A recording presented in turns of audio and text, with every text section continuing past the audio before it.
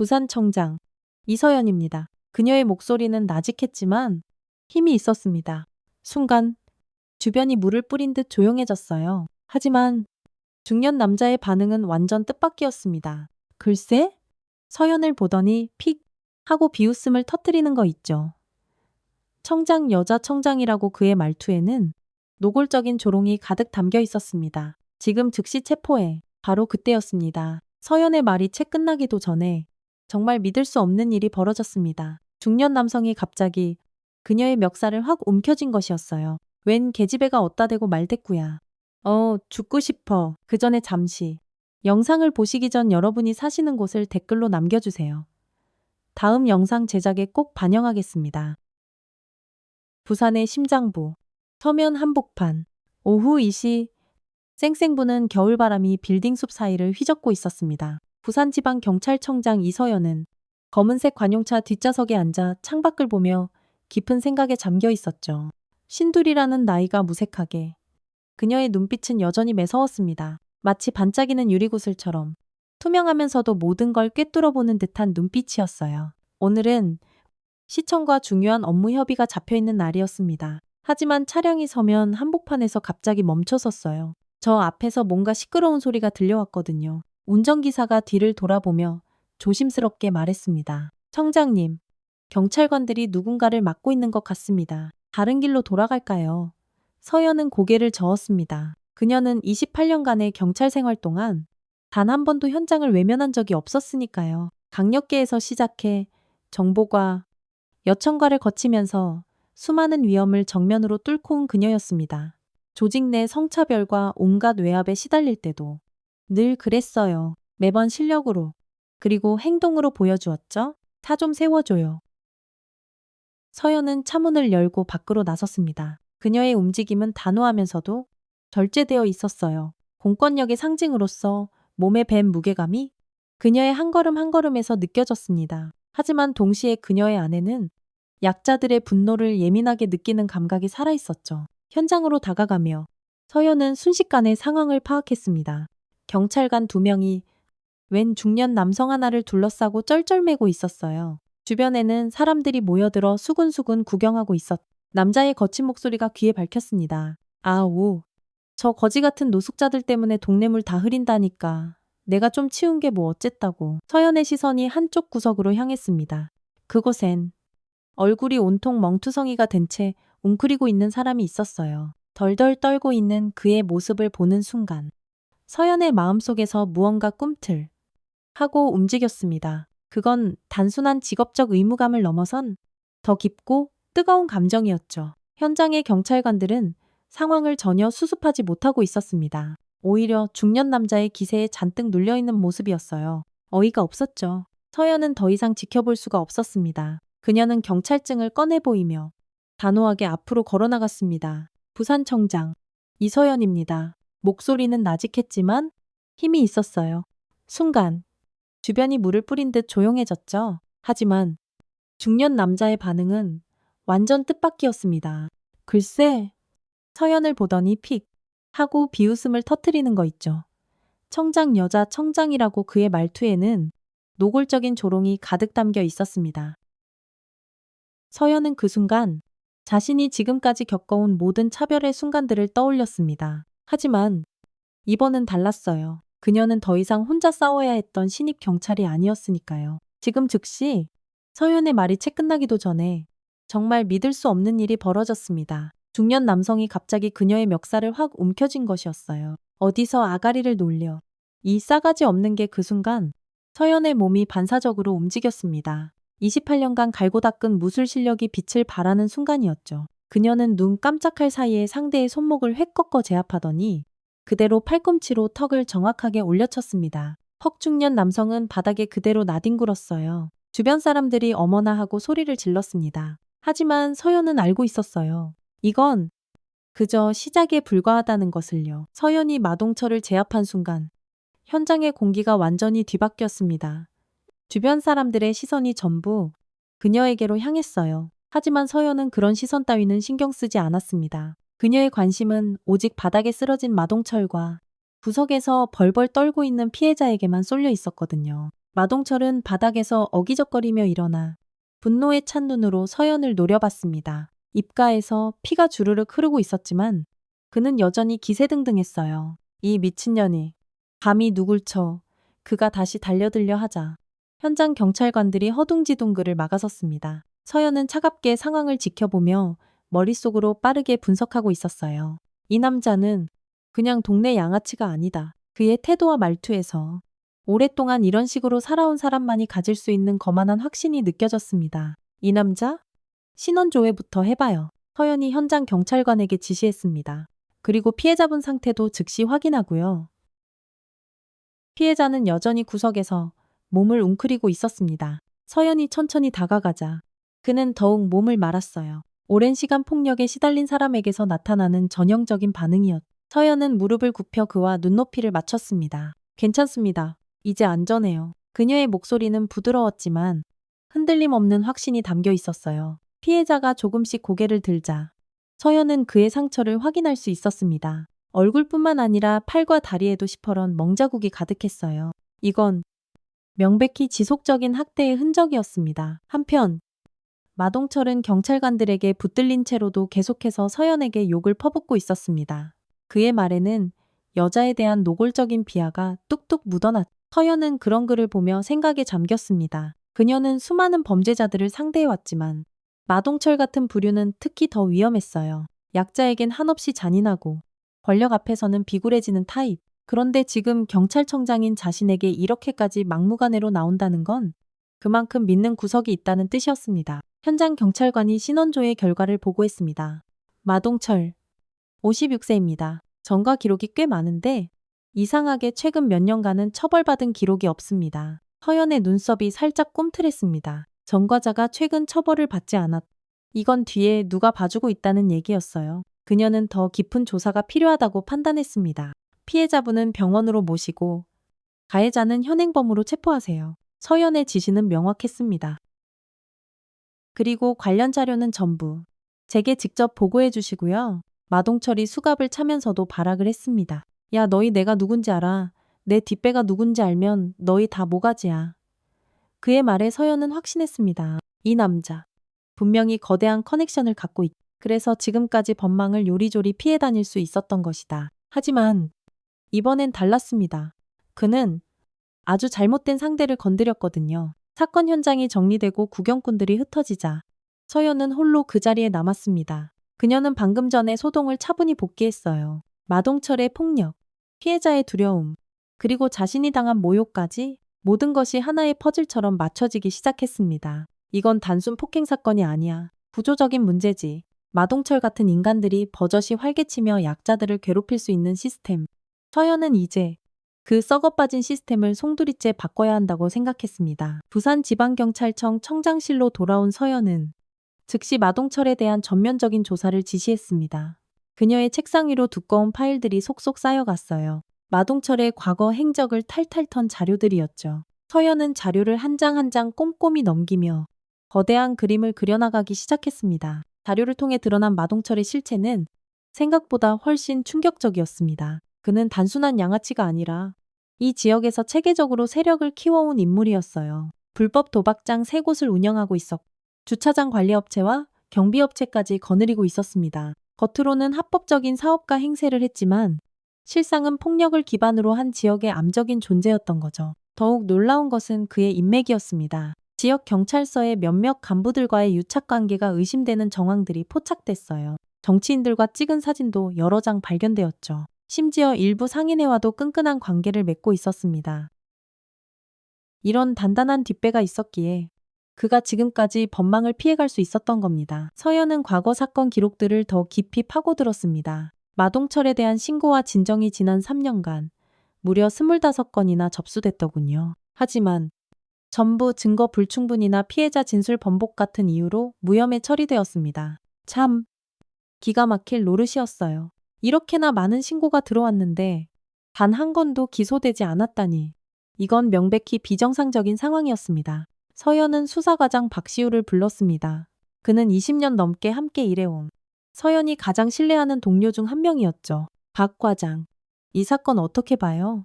서연이 파일을 건네며 물었습니다. 박시우는 자료를 꼼꼼히 살펴본 후 깊은 한숨과 함께 고개를 저었습니다. 청장님, 이건 개인 범죄가 아니라 조직적인 문제입니다. 마동철 혼자서는 절대 불가능한 일들이 너무 많습니다. 서연도 같은 생각이었습니다. 마동철은 빙산의 일각일 뿐, 그 뒤에는 더 거대하고 추악한 구조가 숨어 있었습니다.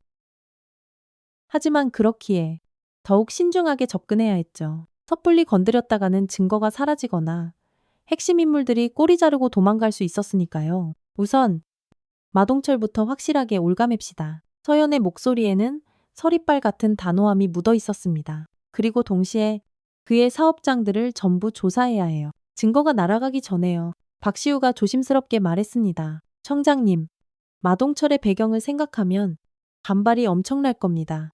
혹시 위에서 압력이 들어올 수도 그럴수록 더 철저하게 해야죠. 서연의 눈빛이 더욱 날카롭게 빛났습니다. 이건 제가 직접 당한 일이에요. 그 누구도 쉽게 덮을 수 없을 겁니다. 이번 기회에 이 썩은 뿌리를 아예 뽑아버리겠습니다. 그날 저녁, 서연은 사무실에 홀로 남아 작전을 세우고 있었습니다. 이번 수사는 단순히 마동철 한 명을 처벌하는 데서 끝나선 안 됐어요. 그가 상징하는 이 부패한 시스템 전체를 갈아엎어야 했습니다. 그래야만 진짜 정의가 실현될 수 있었으니까요. 서연은 자신이 지금까지 걸어온 길을 되돌아봤습니다. 강력계 형사로 시작해 이 자리까지 오면서 수많은 장벽과 편견에 부딪혀야 했어요. 때로는 모든 걸 포기하고 싶었지만 그때마다 약자들의 눈물이 그녀를 다시 일으켜 세웠습니다. 이번에도 마찬가지였어요. 오늘 낮에 본 피해자의 그 두려움 가득한 눈빛이 그녀의 마음에 깊이 새겨져 있었거든요. 서연은 결심했습니다. 이번 사건을 통해 마동철 같은 인간들이 더 이상 활개치지 못하는 세상을 만들겠다고. 그것이 부산청장으로서 그리고 한 사람의 인간으로서 자신이 해야 할 일이라고 확신했습니다.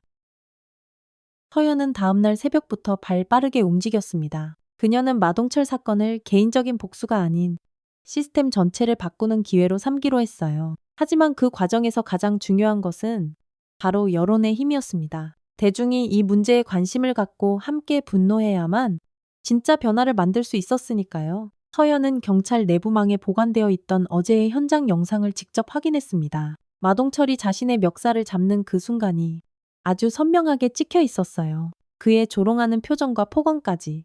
전부 다요. 서연은 이 영상이 가진 파급력을 정확히 꿰뚫어 보고 있었죠. 보통 경찰 내부 영상은 수사 목적으로만 사용되고 절대 외부에 공개되지 않습니다. 하지만 서연은 아주 파격적인 결정을 내렸어요. 이 영상을 언론에 직접 넘기기로 한 겁니다. 물론 이건 엄청난 도박이었습니다.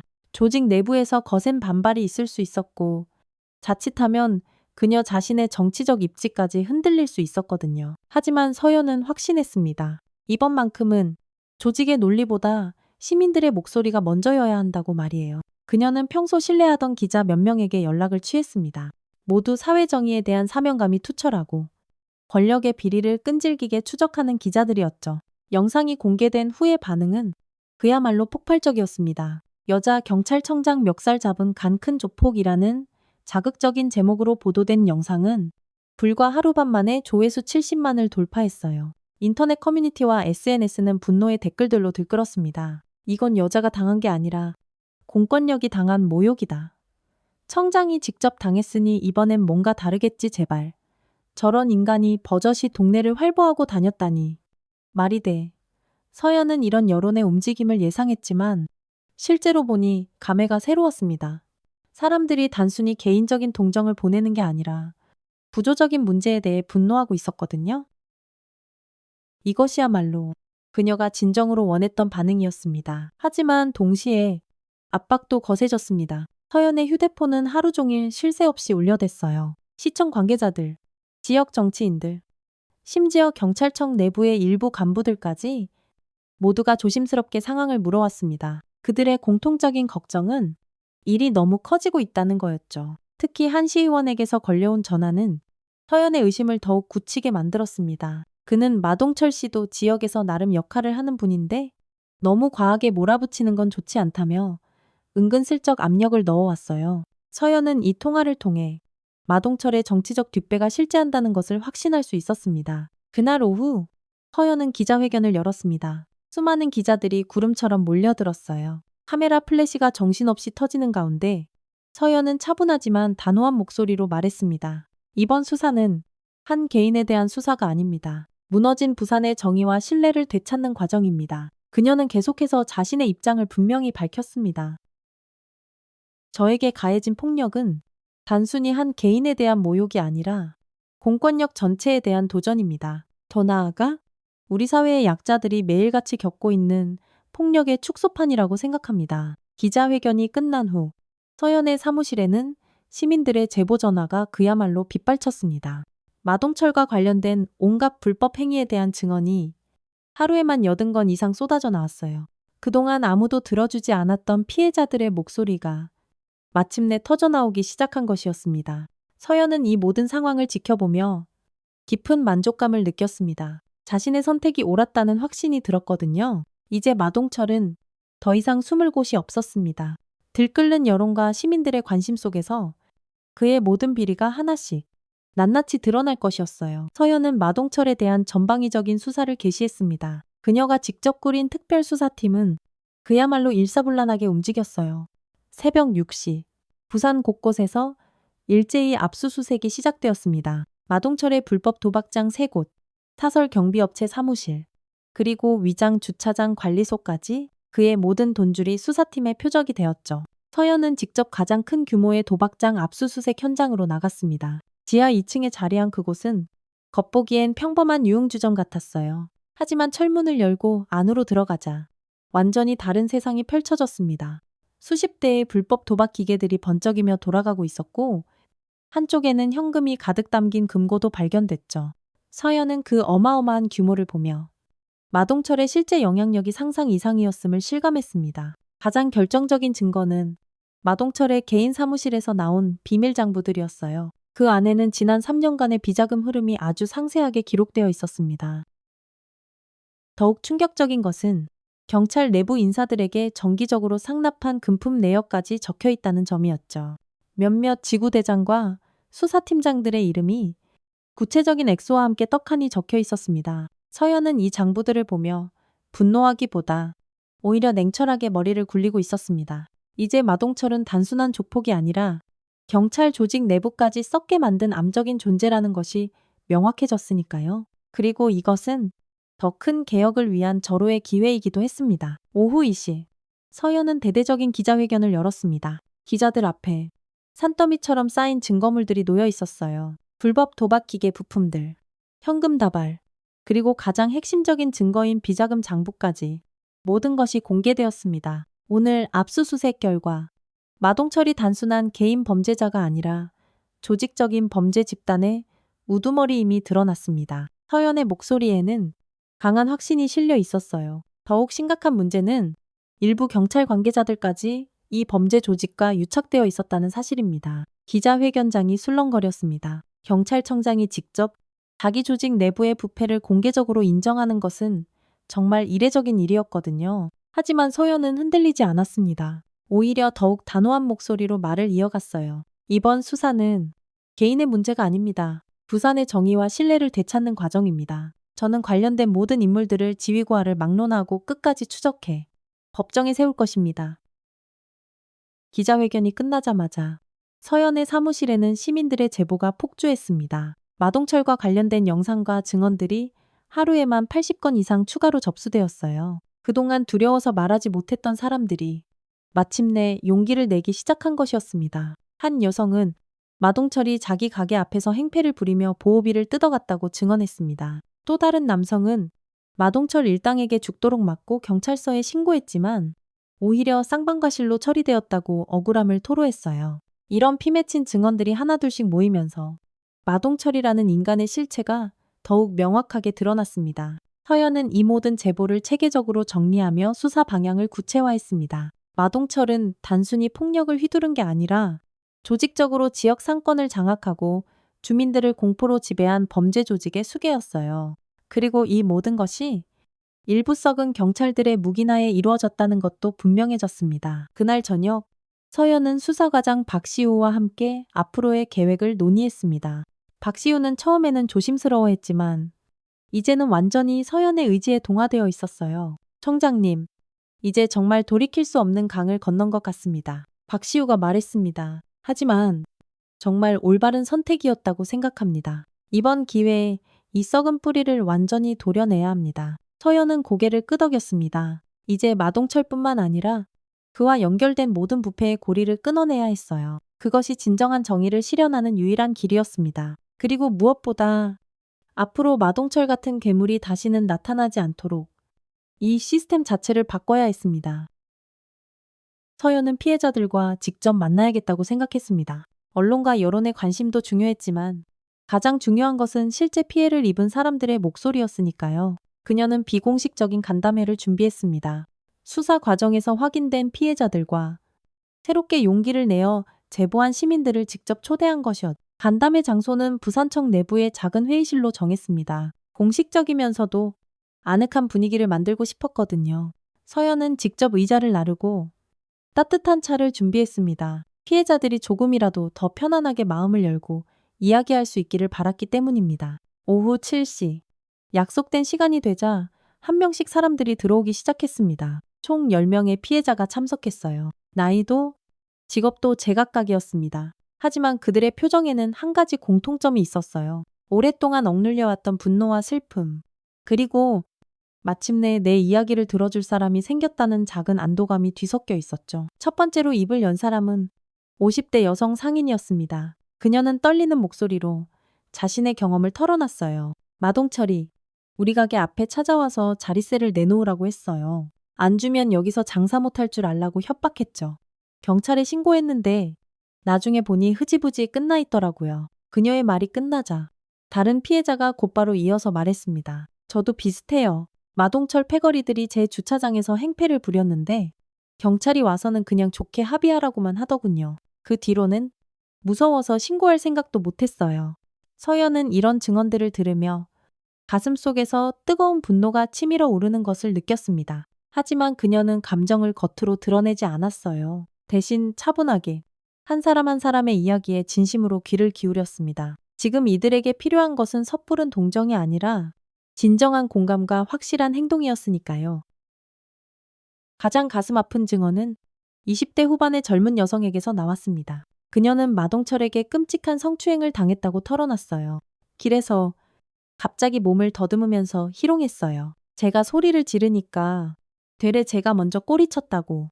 주변 사람들도 다 마동철 편이었어요. 아무도 절 믿어주지 않았죠. 그녀는 결국 말을 잇지 못하고 눈물을 터뜨렸습니다. 서연은 조용히 일어나 그녀의 옆으로 다가가 앉았습니다. 그리고 그녀의 손을 꼭 잡아주며 말했어요. 이제 괜찮아요. 당신의 용기가 다른 사람들을 구하게 될 겁니다. 간담회가 진행될수록 서연은 마동철의 범죄가 얼마나 광범위하고 체계적이었는지 똑똑히 깨달았습니다. 그는 단순히 폭력을 휘두른 것이 아니라 지역 전체를 공포로 지배해온 괴물이었어요. 그리고 그 과정에서 경찰의 무능과 무관심이 그의 범죄를 더욱 키웠던 것이죠. 마지막으로 마이크를 잡은 사람은 사건 첫날 현장에서 폭행을 당했던 노숙인이었습니다. 그의 얼굴에는 여전히 멍자국이 남아 있었어요. 마동철이 저를 때릴 때 주변 사람들은 그냥 쳐다보기만 했어요. 아무도 도와주지 않았죠. 그런데 청장님이 나타나셔서 저를 구해주셨어요. 그의 말에 서연의 마음이 무겁게 가라앉았습니다. 이 모든 일이 자신이 정말 우연히 그 자리에 있었기 때문에 세상에 드러난 것이었어요. 만약 그날 자신이 그곳을 지나가지 않았다면 이 모든 피해자들의 고통은 영원히 묻혀 있었을지도 모릅니다. 간담회가 끝나고 사람들이 하나둘 자리를 떠날 때 서연은 굳게 다짐했습니다. 이들의 상처와 분노를 결코 헛되이 하지 않겠다고. 마동철을 단순히 처벌하는 것을 넘어서 그가 상징하는 이 사회의 모든 불의를 뿌리 뽑겠다고 말입니다. 그날 밤 서연은 사무실에 홀로 남아 있었습니다. 피해자들의 증언을 하나하나 정리하면서 그녀는 새로운 전략을 구상하고 있었어요. 이제 단순한 형사처벌만으로는 부족했습니다. 마동철이라는 존재 자체를 이 사회에서 완전히 지워버려야 했어요. 그래야만 진정한 정의가 실현될 수 있었으니까요. 서연은 무표정한 얼굴로 나지막이 중얼거렸습니다. 이제부터 사회적 매장을 시작하겠습니다. 마동철과의 대면은 부산구치소 접견실에서 이루어졌습니다. 차가운 형광등 불빛 아래 두꺼운 철창으로 나뉜 공간에서 서연은 마동철과 마주 앉았어요. 체포된 지 불과 일주일. 마동철의 모습은 완전히 딴 사람이 되어 있었습니다. 예전에 그 거만하고 공격적인 모습은 온데간데 없. 초췌하고 지친 중년 남성만이 앉아 있었죠. 서연은 천천히 자리에 앉으며 마동철을 뜯어보았습니다. 그의 눈에는 더 이상 예전의 오만함이 남아있지 않았어요. 대신 깊은 두려움과 절망이 가득했습니다. 서연은 이 변화가 단순히 구치소 생활 때문만은 아니라는 것을 잘 알고 있었어요. 지난 일주일 동안 마동철의 세상은 그야말로 뿌리부터 완전히 무너져 내렸으니까요. 안녕하세요. 마동철 씨. 서연의 목소리는 차분했지만 얼음장처럼 냉정했습니다. 오늘은 당신과 할 이야기가 좀 있어서 왔어요. 마동철은 고개를 들지 못하고 바닥만 힐끔거리고 있었습니다. 서연은 가져온 서류 뭉치를 천천히 책상 위에 펼쳐놓았어요. 그 안에는 마동철의 모든 재산과 사업체에 대한 조사 결과가 담겨 있었습니다. 먼저 재산 이야기부터 해볼까요?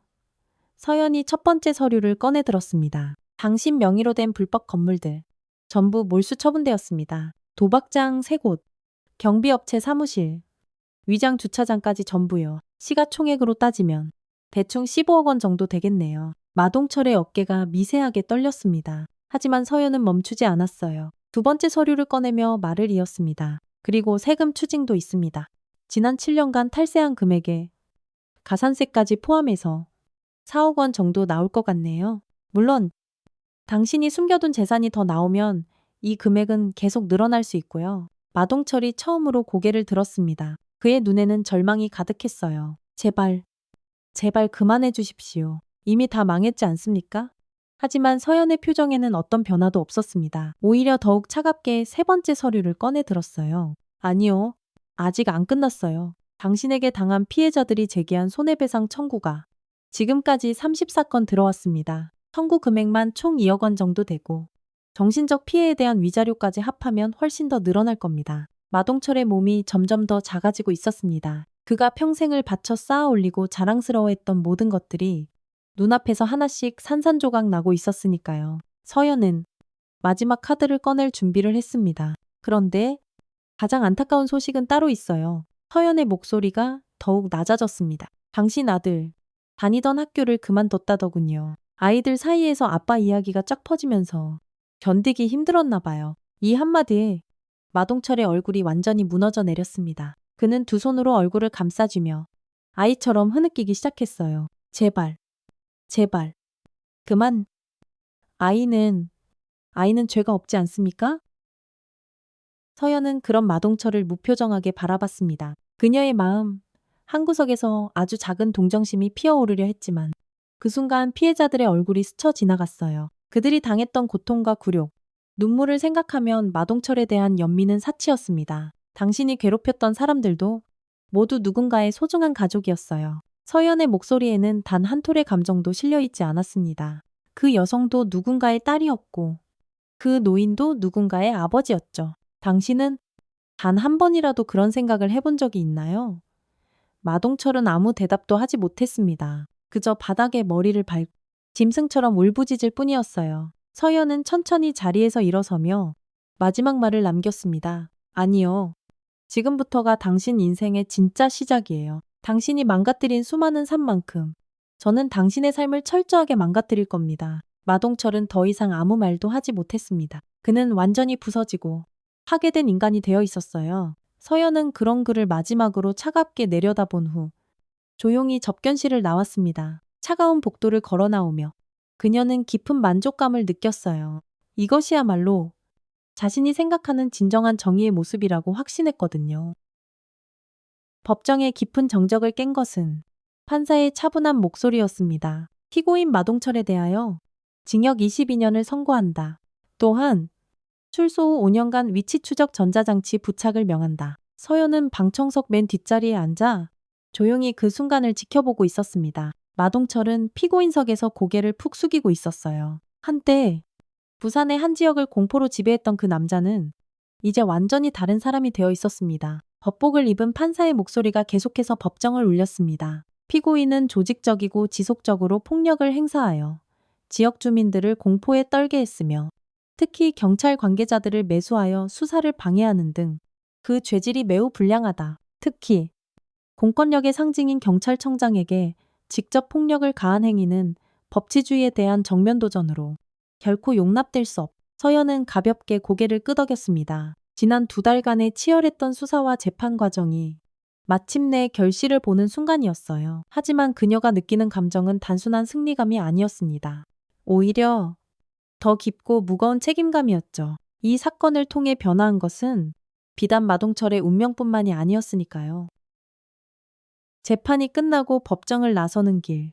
수많은 기자들이 서연에게 몰려들었습니다. 하지만 그녀는 별다른 소감을 말하지 않았어요. 대신 조용히 고개를 한번 끄덕이는 것으로 답을 대신하고 자리를 떠났습니다. 진정한 정의는 요란한 발표나 시끄러운 자축이 아니라 묵묵한 실행에 있다고 믿었기 때문입니다. 그날 밤, 서연은 부산청 청장실에서 마지막 남은 업무를 정리하고 있었습니다. 마동철 사건 이후 많은 것들이 달라졌어요. 경찰 내부의 부패를 뿌리 뽑기 위한 대대적인 감찰이 이루어졌고 시민들이 더 쉽게 신고하고 보호받을 수 있도록 신고 체계도 완전히 개편되었습니다. 무엇보다 가장 큰 변화는 경찰관들의 의식이었습니다. 더 이상 권력 앞에 굴복하지 않고 오직 시민을 보호한다는 경찰 본연의 임무를 되찾기 시작했습니다. 서연이 서류를 정리하고 있을 때 노크 소리가 들렸습니다. 문이 열리고 들어온 사람은 이제 갓 서울에서 전입 온 지 5달 된 김은솔 순경이었어요. 27살의 그녀는 처음에는 조심스럽게 조직 분위기를 살피기만 하던 새내기였지만 지금은 그 모습이 확실히 달라져 있었죠. 청장님, 죄송합니다. 너무 늦은 시간에 김은솔 순경이 조심스럽게 말했습니다. 괜찮아요. 무슨 일이죠? 서연이 부드럽게 대답했습니다. 김은솔은 잠시 망설이다 결심한 듯 입을 열었어요. 청장님께 꼭 드리고 싶은 말씀이 있어서 왔습니다. 오늘 제가 처음으로 무서워하지 않고 현장에 출동했습니다. 서연의 손이 잠시 멈췄습니다. 김은솔이 계속해서 말했어요. 전에는 출동할 때마다 혹시 제가 여자라고 무시당하거나 일을 제대로 못할까봐 늘 걱정이 많았어요. 특히 남자들이 많은 험한 현장에서는 더욱 그랬죠. 하지만 청장님이 보여주신 모습을 보고 저도 당당해질 수 있었습니다. 서연은 천천히 자리에서 일어나 김은솔에게로 다가갔습니다. 그녀의 눈 속에서 서연은 과거의 자신을 보았어요.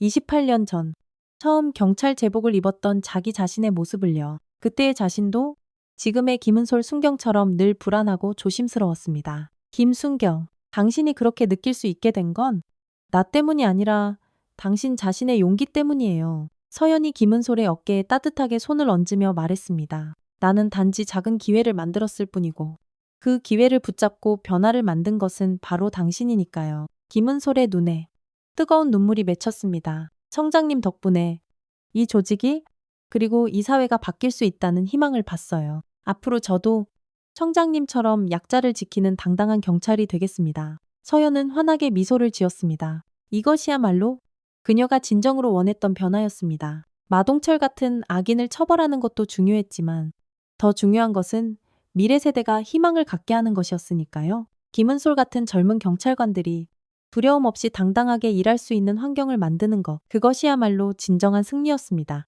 두 사람이 이야기를 나누고 있을 때 서연의 휴대폰에 짧은 메시지 한 통이 도착했습니다. 마동철 사건의 피해자 중 한 명에게서 온 문자였어요. 청장님 덕분에 다시 가게 문을 열 수 있게 되었습니다. 정말 감사합니다. 서연은 그 메시지를 보며 가슴 벅찬 만족감을 느꼈습니다. 부산 하늘 아래에서 마동철이라는 이름은 이제 영원히 사라졌어요.